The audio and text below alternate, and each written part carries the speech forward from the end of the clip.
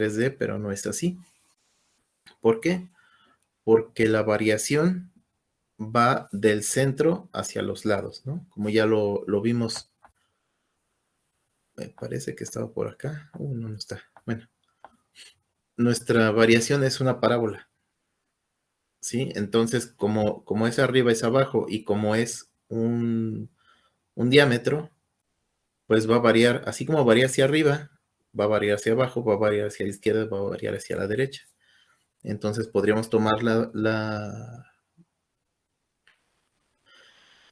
decisión de tomarlo como un flujo bidimensional RU, ¿no? Porque está en función del radio y en función de la velocidad, como lo ven aquí. Y para eso lo vamos a ir viendo más adelante conforme vayamos estudiando cada sistema. Se van a ir dando cuenta que no todos utilizan 3 dimensiones. Incluso hay algunos que se pueden analizar en una sola dimensión. Bueno, vamos a continuar. Dice 1.3.6, flujo unidimensional, bidimensional y tridimensional. Un campo de flujo se caracteriza mejor mediante la distribución de velocidad y por consiguiente se dice que un flujo es unidimensional, bidimensional o tridimensional si la velocidad del flujo varía en una, 2 o 3 dimensiones respectivamente. Un flujo típico de un fluido comprende una configuración geométrica tridimensional y la velocidad puede variar en las 3 dimensiones y dar lugar al flujo tridimensional B de X, Y, Z en coordenadas rectangulares, B de R, U y Z en coordenadas cilíndricas. Por ahí pueden estudiar las otras que son coordenadas esféricas, las cuales se utilizan más en transferencia de calor que en mecánica de fluidos.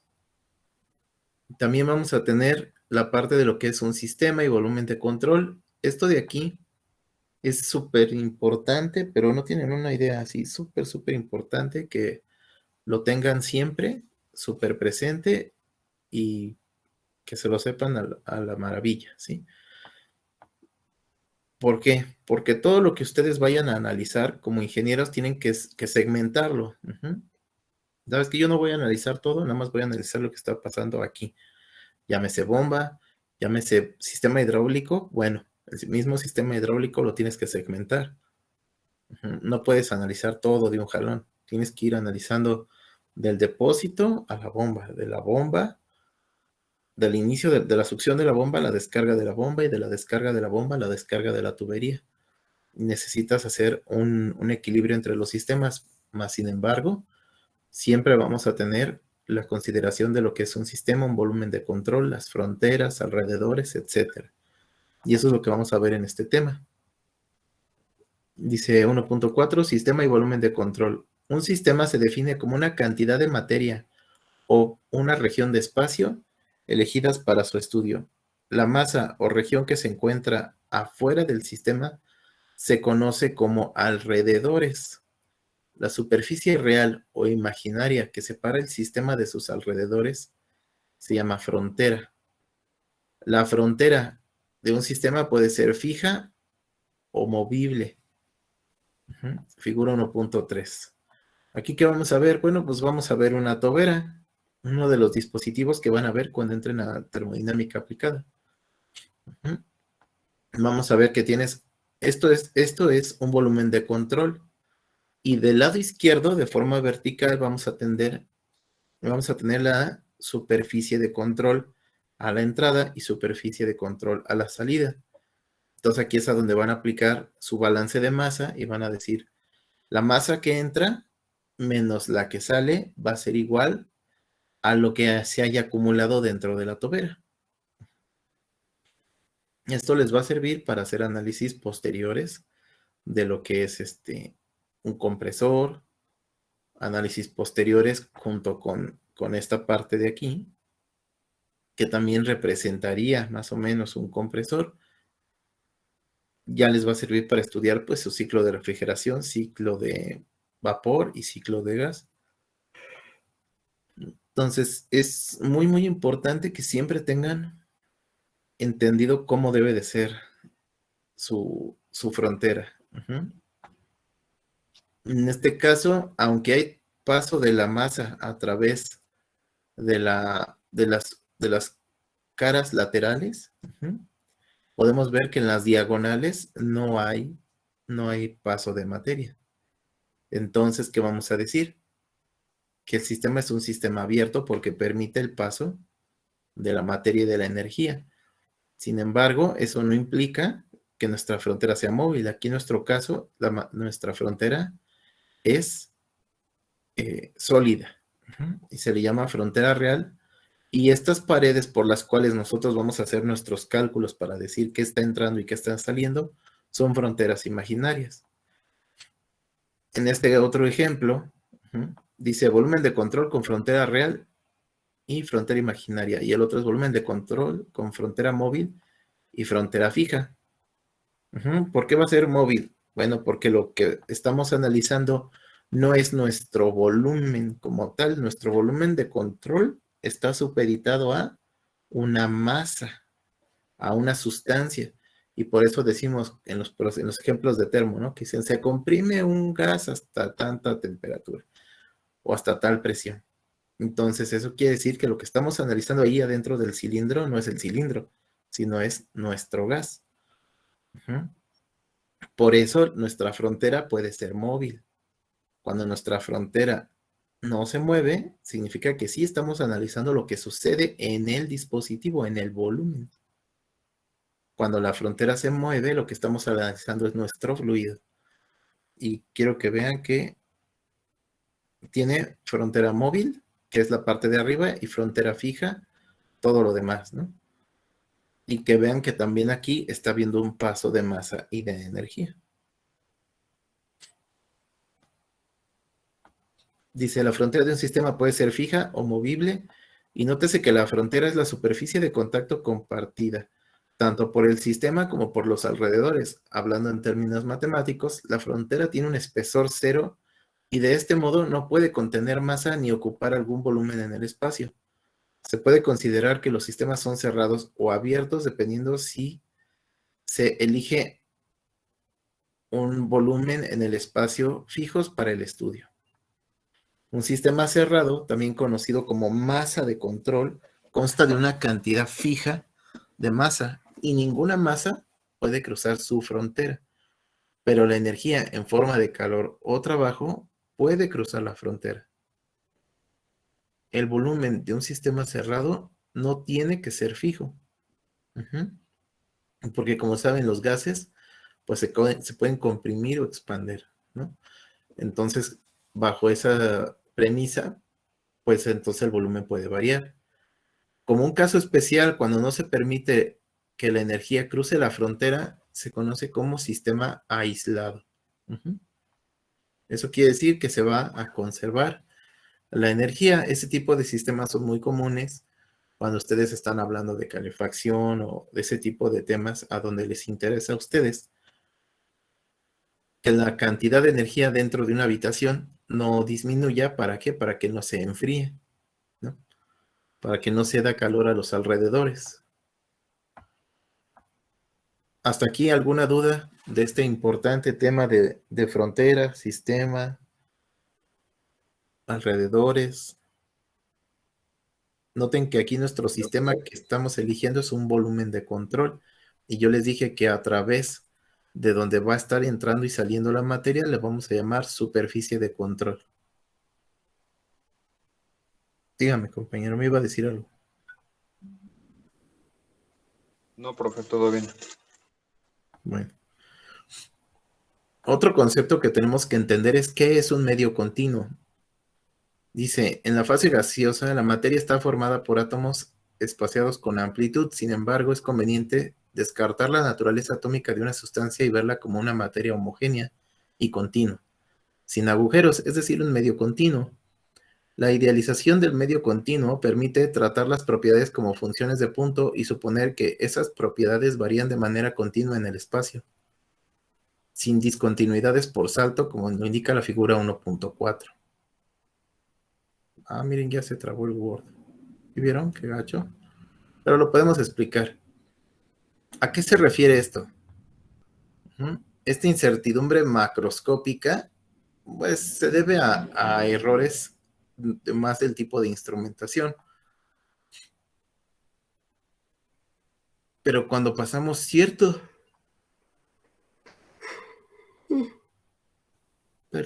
cuando pasamos cierto límite, nuestra sustancia deja de ser sustancia y se convierte en elementos, ¿no?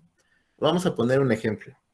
Si nosotros tenemos un bloque de hielo de 1 metro de largo, por así decirlo, y lo dividimos, ese medio metro sigue siendo hielo. Si lo dividimos a la mitad, son 25 centímetros de hielo. A la mitad 12.5, a la mitad 6.25, a la mitad 3.125, a la mitad 1.600 y tantos. Ujú. ¿Qué va a pasar? Ustedes lo pueden seguir cortando y le van a seguir llamando hielo, hielo, hielo, hielo. ¿Hasta qué? Hasta que ya ese hielo ya no tiene H2O, sino que ya lo separan. Ujú. Lo separan al grado de que si ustedes midieran su composición, ya no iba a ser la misma. Ajá. La densidad ya no iban a ser 1000 kilogramos por metro cúbico. Su densidad probablemente ya iba a estar modificándose de forma continua. ¿Por qué? Porque dentro de esos mini cortes así chiquititos que están haciendo, algunos iban a tener más oxígeno y otros iban a tener más hidrógeno. Ujú. Entonces, aún no podemos decir, hay un concepto súper famoso en ingeniería que se llama densidad por punto. La densidad por punto quiere decir aquel punto de las divisiones y subdivisiones continuas a donde la densidad ya no se respeta, a donde esa densidad ya oscila. Ujú.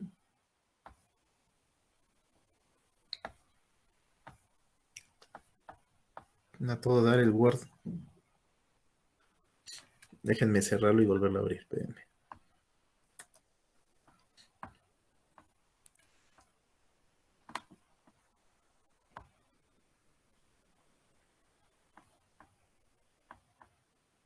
Listo.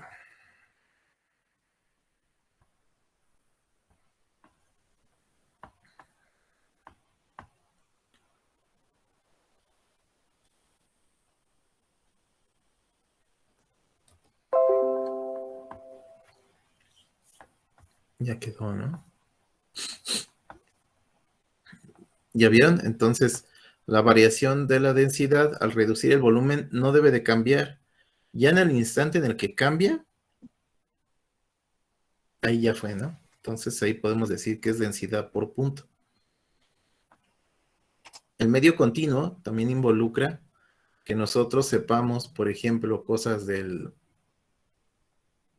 para análisis, ¿no? Como lo dicen, si tú tienes una porción de gas y tomas varias muestras, los encapsulas, te vas a dar cuenta de que no, efectivamente, o sea, si tú le haces un análisis riguroso, no va a tener la misma densidad cada una de esas porciones de gas. Pero lo que sí vas a ver es de que no es muy considerable la variación en la densidad de eso. Entonces puedes tomar un muestreo y sacar una densidad promedio. De la misma forma, cuando nosotros manejamos catálogos de ingeniería, por eso tenemos que tener todo bajo norma. Ajá, por eso los catálogos son normalizados, para que ustedes como ingenieros puedan hacer este tipo de suposiciones y decir que su metal es un continuo. Por ejemplo, imagínense que van a poner un soporte y es una barra, que va a estar bajo la acción de una fuerza. Entonces tú vas a decir fuerza es igual, perdón, el esfuerzo es igual al momento, que es fuerza por distancia, donde vas a aplicar la fuerza, por la distancia entre dos, o sea, el espesor entre dos, entre el momento de inercia, ya dependiendo de la forma, ¿no? Entonces, ¿qué vas a decir? Yo puedo aplicar esa fórmula porque en cualquier momento, en cualquier longitud de la barra, es lo mismo. Sigue siendo el mismo material. El esfuerzo que me garantiza el fabricante es el mismo a los 5, a los 10, a los 15, a los 20 centímetros, a los 5 metros, es el mismo esfuerzo, porque estamos hablando de un mismo material. Pero no es cierto. La cosa es que uno lo idealiza. Y por eso es muy importante tener en cuenta los procesos de manufactura a la hora de establecer los parámetros, por así decirlo, el más menos debe de ser muy pequeñito para que podamos hacer suposiciones de medio continuo. Yo les pregunto, si nosotros pusiéramos aquí una agarradera con una polea, ¿no? O no sé, algo que esté cargando. Nosotros podemos analizar nuestro brazo como un continuo.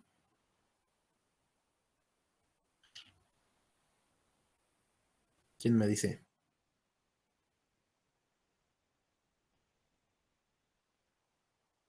Así es. Imagínense que no cambia el área, pero no es lo mismo porque tenemos músculo, tendón, hueso, grasa. Es un compuesto, no es un continuo. Ujú. Entonces no se podría. Por eso ven que todos sus cálculos que les enseñan en física les dicen, se tiene una cuerda pero sí, se supone que la cuerda es perfecta y es constante. O te dicen, se tiene una tabla y tiene una carga al final. Y supones que la tabla es continua.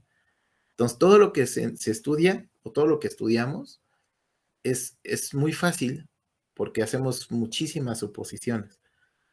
Ujú. Ya en la vida real, ya las suposiciones pues vienen predefinidas porque, o se valen porque utilizamos materiales normalizados. Si se dan cuenta, cuando se va a hacer un estudio de algo muy fino, no sé, de un carro, de esos de la Fórmula 1 que ya están de moda y todas esas cosas, la rigurosidad con la que se tratan esos temas es mucho mayor. Ujú. ¿Por qué? Porque, por ejemplo, para el material de esta silla donde yo me siento, pues saben que si me caigo, pues nada más se van a reír de mí, pero no me va a pasar nada. Ajá. Además, también saben que si es para una persona, no sé, de 150 kilos y yo peso la mitad, pues tampoco va a pasar nada, ¿no? Entonces, pues lo puedes hacer como con cierto colchón, ¿sí me explico?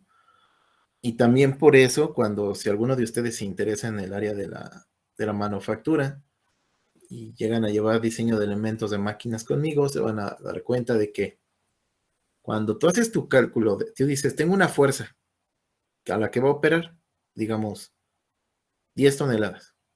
Yo le voy a poner un factor de servicio de 1.4, ¿no? Porque clásico mexicano que dice, sí aguanta, ¿no? Y le mete más. Entonces le pongo por 1.4, entonces ya es para 14 toneladas. Posterior a eso, ¿qué hacemos? Hacemos el cálculo de cómo se va a flexionar el eje y todo, ¿no?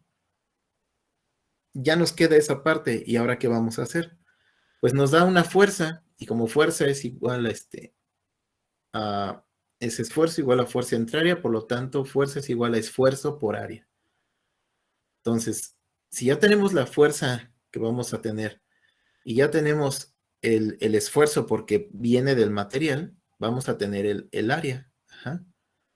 Entonces, esa área que nos da, no sé, de 1.178, nosotros tenemos que llevarla al nivel normalizado, es decir, vamos a tener que ir hacia arriba. 1.178 queda entre 1.125 y 1.250. Entonces nos vamos a 1.250 y volvemos a calcular y sacamos otra vez nuestro factor de servicio. O sea, primero vamos hacia arriba y luego vamos hacia abajo. Y si ya al inicio ya teníamos por 1.4, lo más seguro es que cuando nosotros nos vamos a la tabla y agarramos el valor superior, pues todavía nos subamos en ese factor de servicio, o factor de seguridad, perdón, que va a ser como de 1.5, 1.6. Y esto lo usamos para el siguiente cálculo, y ahí otra vez nos vamos para arriba. Y entonces vuelve a subir el factor de seguridad y va subiendo y subiendo y subiendo. ¿Sí me explico? Todo eso lo hacemos por este tipo de incertidumbres que vienen aquí, porque no sabemos qué tan bueno está el material que nos están diciendo, qué tan seguro es el arnés con el que lo estamos agarrando, qué tan fuerte es esa cadena, qué tan durable es ese rodamiento, esa cadena, esa polea, ese engrane. Entonces, no vaya a ser que ese engrane tenga por ahí una burbujita y esto Esto que ven aquí es por hacerlo muy chiquito. Esto que ven acá es como cuando hay una burbuja en el metal, por ejemplo, que está hueco, ¿no? Lo cortas y, oh, sorpresa, tiene un hoyo en medio. Esa es la incertidumbre macroscópica. Entonces, para evitar esto es cuando se ve lo que es factor de seguridad. Está bonito. Todo lo que vean aquí en esta materia de fluidos lo van a aplicar en muchas otras. Uh-huh. ¿Dudas acerca de lo que es el medio continuo y por qué es tan importante? Profesor, entonces en este caso, bueno, en esta materia, ¿vamos a utilizar todos los fluidos como si fueran medio continuo o solo los gases? No, todos los fluidos. ¿Por qué? Porque si usted se involucra, por ejemplo, en un líquido, usted está pensando que la tubería lleva un líquido, como lo que dijimos la clase pasada, y que la tubería va completamente llena, etcétera. Que no hay variaciones en la velocidad de la tubería.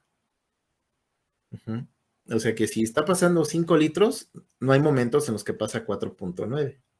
O sea, estamos pensando que siempre son 5 litros, que es una carga continua, que siempre es el mismo volumen, que está completamente llena, que no hay cambio de fase, que no hay cambio de temperatura, que no lleva contaminantes. Muchísimas cosas. ¿De acuerdo? Consideramos que no hay cambio de temperatura. ¿Para qué? Para que no haya cambio de densidad. Es decir, para que esta línea que está horizontal no haga esto, no baje o suba, sino se mantenga constante. Consideramos que no hay cambios en el diámetro. ¿Para qué? Para que, digamos, la velocidad es constante. No ponemos que tiene, por ejemplo, sarro, porque eso haría un brinco porque va tu velocidad normal, pero como se reduce por el sarro, hace un efecto Venturi, entonces daría un pico de velocidad y regresaría, ¿no? Pues no queremos todo eso nos lo idealizamos. ¿Sí? Por eso ven que es importante que de repente hagan una que otra practiquilla. ¿Para qué? Para que corroboren. ¿Sabes qué? Aquí la plaquita nos dice tanto flujo y el diámetro de la tubería es tal. Lo sacamos de norma, nos da el diámetro interno. Sin necesidad de abrir la tubería, ustedes ya saben cuánto es el diámetro interno. Entonces tú agarras, mides el diámetro externo, te vas a la norma, te va a dar el diámetro interno, ya tienes lo que dice la plaquita y ya sabes cuánto flujo debes de tener. Como ya sabes cuánto flujo debes de tener, ¿qué es lo que sigue? Lo que va a seguir es que tú te vayas al medidor de flujo y veas cuánto te da, por ejemplo, en esta práctica que les digo que podemos hacer, se mide con el rotámetro, que es un dispositivo de medición vertical que utiliza el principio de Arquímedes, el principio de flotación.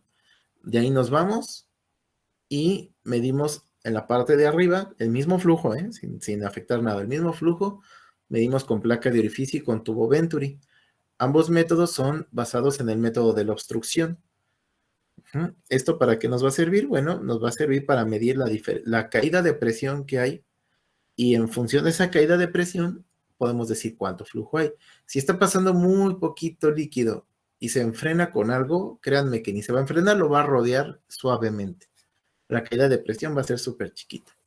Entonces ahí puedes determinar que tu flujo es muy pequeño. Uh-huh. Cuando tu flujo es muy, muy, muy intenso, pues el impacto que sufre es lo que decimos, ¿no? Si vas tú y te ponen una cubeta en la puerta, pues la rodeas.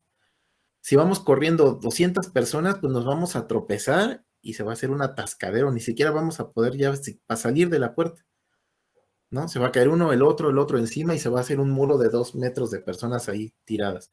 Entonces no se puede. Y ahí van a ver cuando midan con un flujo grande en placa de orificio que una caída de presión es muy grandísima, pero grandísima.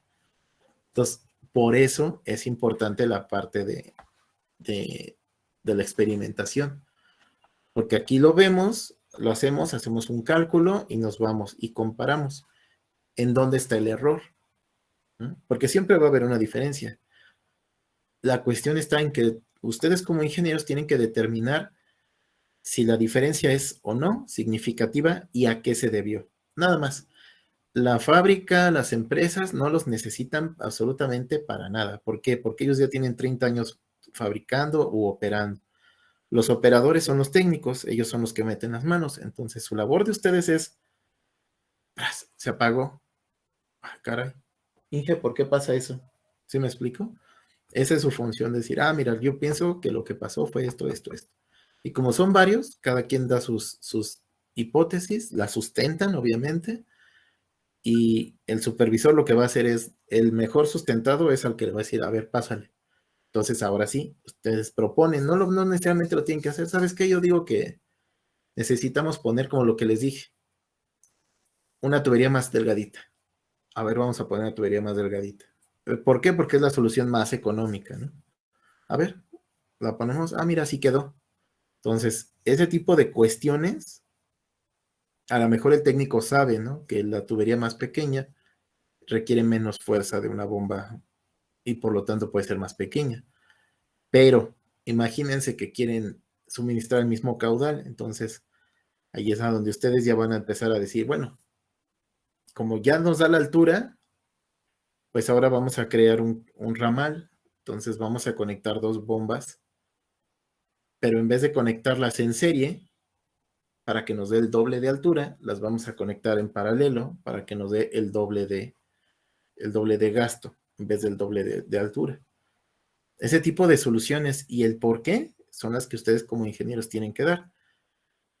El hotel funciona, por ejemplo, a mí me tocó el caso hace vacaciones de un exalumno, salió y tenía el problema de que en el hotel donde él estaba trabajando se descompuso la bomba. Entonces ya no sabían qué hacer y querían comprar una bomba más grande todavía. Y me preguntó que qué hacía y yo le pregunté que si tenían una de repuesto. ¿Por qué? Porque pues, así es la vida, ¿no? Y dijo que tenían más chicas. Les dije que las conectaran en serie y con eso quedó. Ujú. Entonces, muchas veces no necesitamos comprar cosas nuevas, muchas veces necesitamos saber utilizar las cosas que ya tenemos o las cosas con las que cuenta la empresa. Y así podemos, en dado caso que se requiera comprar, pues comprar algo más pequeño, ¿no? Recuerden que ustedes son como, ¿cómo decirlo? Como unos solucionadores. Ajá. En la industria ustedes son solucionadores, no son gente que va a estar fabricando ni nada. Hay veces que sí, pero en general no. Ustedes tienen que dar soluciones. Y es por eso que es muy importante, y yo les voy a hacer énfasis durante todo el curso, que entiendan los conceptos. Estos conceptos ustedes los van a llevar a la industria y los van a poder aplicar siempre y cuando los entiendan.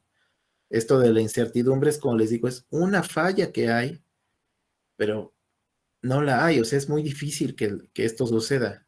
Y si lo hay, ustedes tienen que explicar por qué.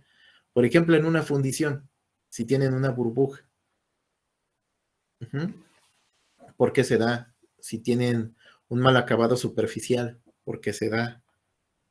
Todo ese tipo de cuestiones, ustedes tienen que saber explicar qué está pasando. ¿Por qué no hay transferencia de calor en una tobera? Pues porque la tobera es muy chiquita. Y si pasa, no sé, está pasando 4 metros por segundo, uh-huh, y la tobera mide 4 centímetros, pues es 4 entre 400 y ese es el tiempo que está tocando el fluido a la tobera y por eso no hay intercambio. Podrían decir que es un sistema adiabático, hacer la suposición de que es adiabático aunque no lo sea, pero ustedes suponen que es adiabático, ¿por qué? Porque pasa tan rápido que no alcanza a transferir calor.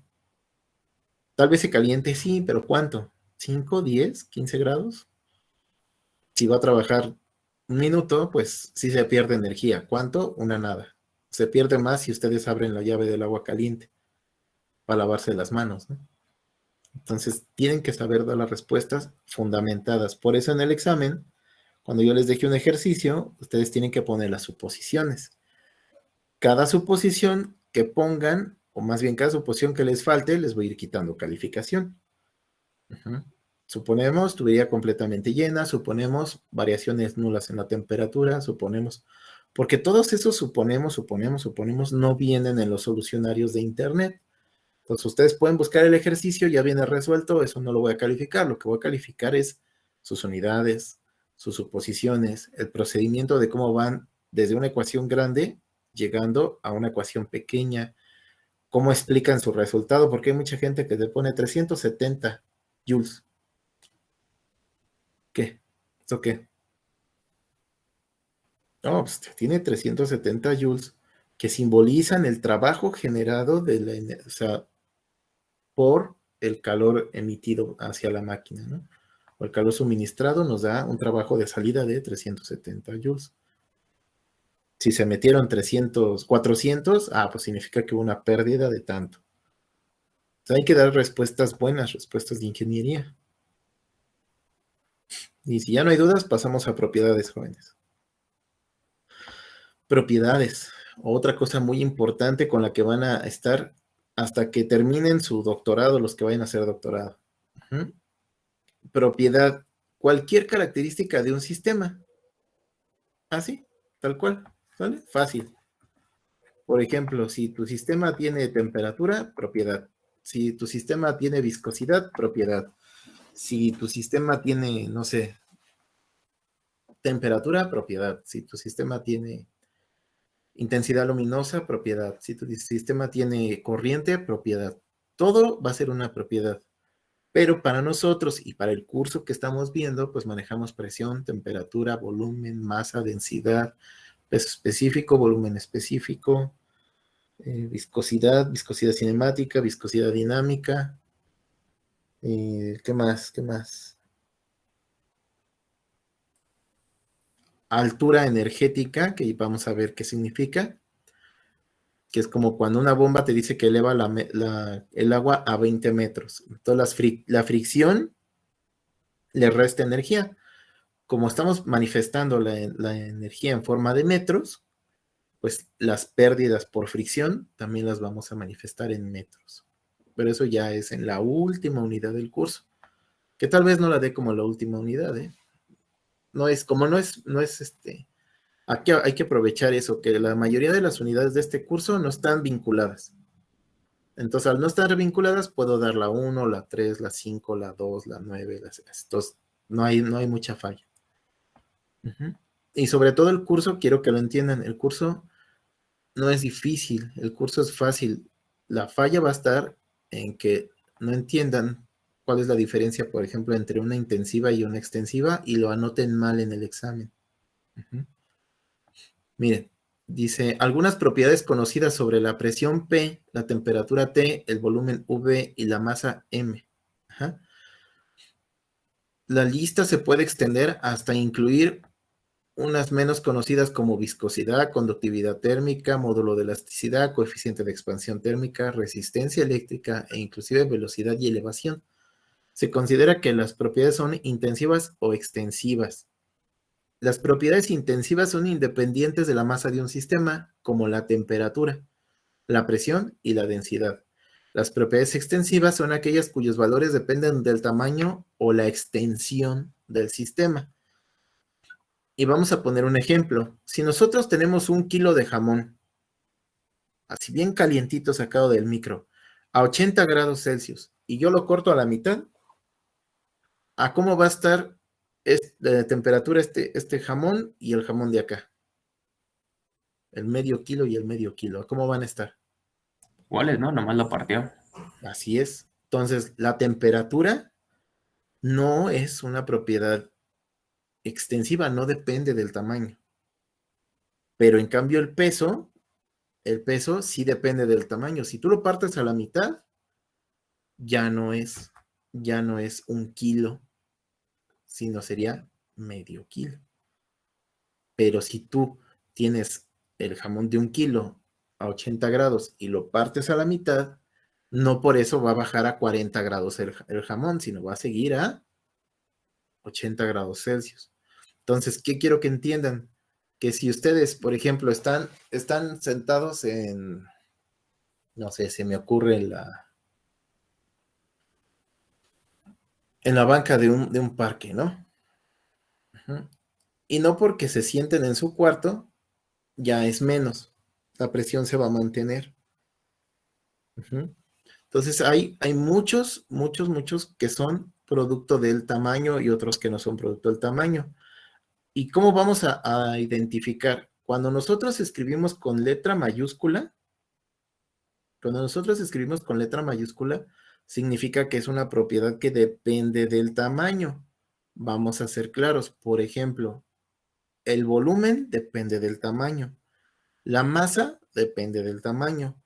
Y la temperatura no depende del tamaño, se debería de escribir con T minúscula, pero como la variable independiente a nivel universal, así la que es por excelencia, es el tiempo, ¿sí? El tiempo es el que dicta que existe o que no existe algo, ¿sí? Si no hay tiempo, no hay nada, no existe. Es como si yo les dijera que fui al sol 0 segundos. ¿Cuánto me quemé? Pues nada. Que viajé en 0 segundos, entonces no viajé. Entonces, por lo tanto, cualquier cosa cuyo t sea igual a 0 nunca existió. ¿Mm? Para que algo exista, requiere haber tiempo. Y entonces, por eso se le dejó al tiempo, porque el tiempo no depende de la masa, se le dejó la t minúscula. Y por convenio, la t mayúscula se dio para temperatura. Pero temperatura también debería ser escrita con t minúscula. Ujú. Por ejemplo, la corriente eléctrica se escribe con I minúscula. No sé, ¿la fuerza depende de la masa, sí o no? Sí, Entonces va con F mayúscula. ¿La aceleración depende de la masa? pues si se obtiene de la fuerza, sí. No. No depende, profe. La aceleración, yo les voy a explicar. Tú puedes tener un cuerpo de este tamaño o del tamaño de un avión moviéndose a 100 kilómetros por hora. Por lo tanto, no depende de la masa.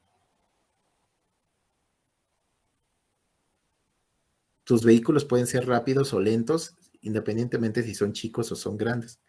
Entonces la aceleración va con A mayúscula o minúscula. Minúscula. Va minúscula. El área, cuando calculan el área, va con A mayúscula o A minúscula. Mayúscula.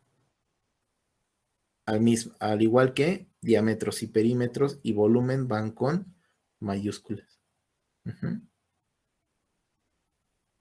¿Se entendió o no se entendió el tema?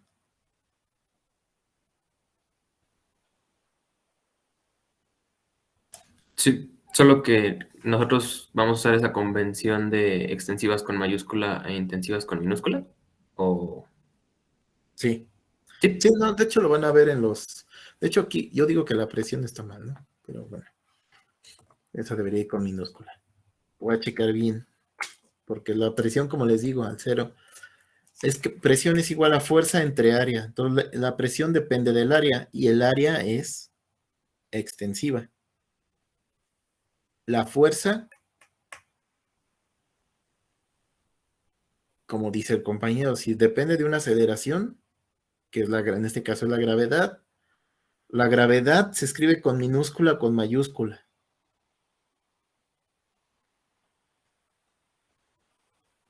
Con minúscula. No depende del tamaño. Así es, todos los cuerpos somos atraídos a la Tierra bajo el mismo efecto de gravitatorio. Entonces va con minúscula. Peso es igual a masa por gravedad. ¿El peso depende de la masa? Sí, por eso va con W mayúscula. ¿Mm? Entonces, ¿qué quiero que observen?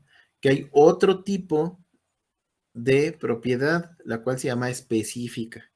Ustedes saben que cuando ponen algo por unidad de masa, se vuelve específico. Por ejemplo, en termodinámica van a ver un tema donde ustedes obtienen joules. Uh-huh.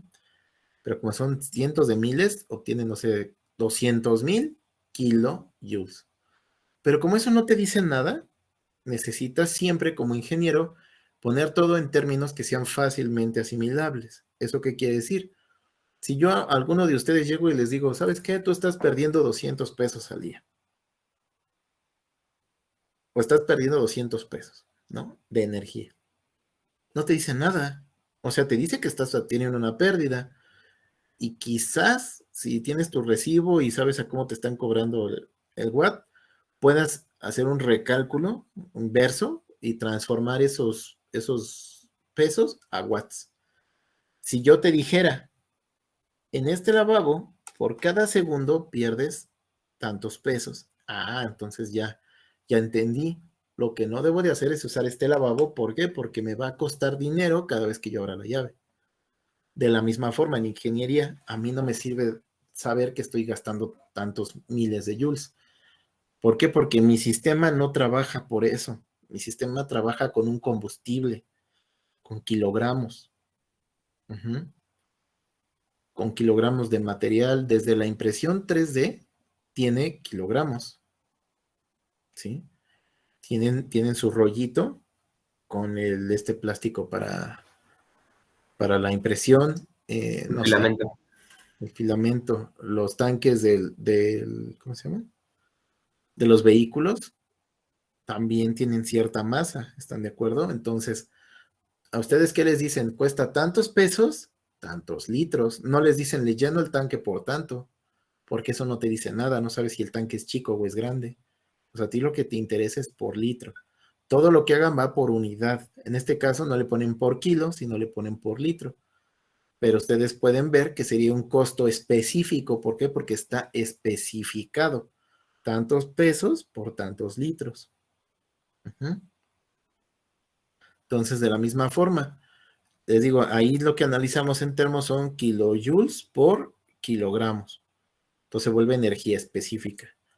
Aquí ustedes, por ejemplo, tienen el volumen específico de un cuerpo, que es tantos metros cúbicos por kilogramo, que si se dan cuenta, es el inverso de la densidad. La densidad son kilogramos por metro cúbico. ¿De acuerdo? Eso lo van a usar muchísimo, pero muchísimo, así, una cosa obscena en termodinámica. Todo el curso se utiliza el volumen específico. Todo el curso. Entonces, por eso también yo les hago mención de propiedades específicas. Y bueno, esto ya es más de termos, ¿no? Dice, el número de propiedades necesario para identificar el estado de un sistema se expresa por medio del postulado de estado. El estado de un sistema comprensivo y simple queda por completo especificado por dos propiedades intensivas independientes. ¿Esto para qué nos sirve? Bueno, si nosotros tenemos la presión y el volumen, podríamos calcular la temperatura. Y por ejemplo, si tenemos lo mismo de otro estado, pues podemos ya cuantificar y delimitar y especificar en todo momento un proceso. Recuerden, el proceso es el cambio de un estado inicial a un estado final. No lo metí aquí porque soy medio tonto, pero lo debo de incluir. Entonces tenemos propiedades. Las propiedades nos van a dar estados y los estados nos van a dar procesos. Entonces, y ya saben, todo esto se puede aplicar a ustedes lo que quieran, ¿eh? Por ejemplo, hay gente que piensa que porque está bien un día es feliz, pero no, o sea, la felicidad es un proceso, no es un estado. Entonces, todos ustedes lo que están haciendo es que están fabricando su destino final, por así decirlo, ¿no? Entonces, conforme ustedes pueden ir subiendo o pueden ir bajando. ¿Cómo saberlo? Si ustedes ven a una persona un día, pues tú la puedes ver muy alegre y dices, pues es bien chido, y resulta que era un homicida serial, ¿no? Entonces lo que necesitas es irlo conociendo todos los días para determinar que dicha persona es buena o dicha persona es mala. Entonces, ahí está el asunto. Todo lo que vean de fluidos, de todo eso, se aplica a lo que ustedes quieran. De hecho, se dice que cuando se analiza visto desde arriba, un top view, ustedes pueden ver las cabecitas de las personas en el metro y ven que se comportan de la misma forma que se comportarían burbujitas en un sistema. Si pusieran gotitas de aceite y las mueven por unos canales simulando el sistema del metro, van a ver que se mueven exactamente igual y se acomodan exactamente igual que las personas. Entonces, ¿cómo puedes hacer? Puedes hacer una predicción al suministrar un conjunto de, como dicen, ¿no? De las bolitas de unicel, etcétera, en un flujo confinado, le suministras un líquido y esas se van a acomodar como lo hubiera hecho una persona. Puedes ver dónde se van a estancar. En esos puntos de estancamiento en la vida real le pones una mampara para evitar que las personas se atoren ahí, que no los dejen pasar. Si por ejemplo, aquí hay un obstáculo, pues lo que hago es poner una diagonal para evitar ese obstáculo. Ese tipo de maquetas con análisis de mecánica de fluidos trasladados a fenómenos sociales también se puede hacer. El golpe de ariete simboliza, por ejemplo, cuando hay una revuelta, ¿no? De que cansas y cansas y cansas a la gente hasta que se levanten armas. Es lo mismo de un sistema. Varios sistemas petroleros ocasionan los derrames en el mar por esa misma cuestión. Ustedes van comprimiendo, o sea, sacas el líquido, sube, el líquido es más pesado que el gas, entonces el gas queda abajo y el líquido sube. Ustedes vuelven a extraer, vuelve a subir y vuelve a bajar el gas. Y ese gas, pues como es un gas, se va comprimiendo, comprimiendo, comprimiendo. Hasta que ese gas tiene más fuerza que la columna de líquido vertical por la que la está sacando, ¿no? En ese momento, esto de aquí sube y empuja esa columna de líquido tan fuerte que arranca lo que hay arriba. Cuando yo estaba haciendo mi doctorado, ayudé a un compañerito que estaba estudiando eso en su maestría.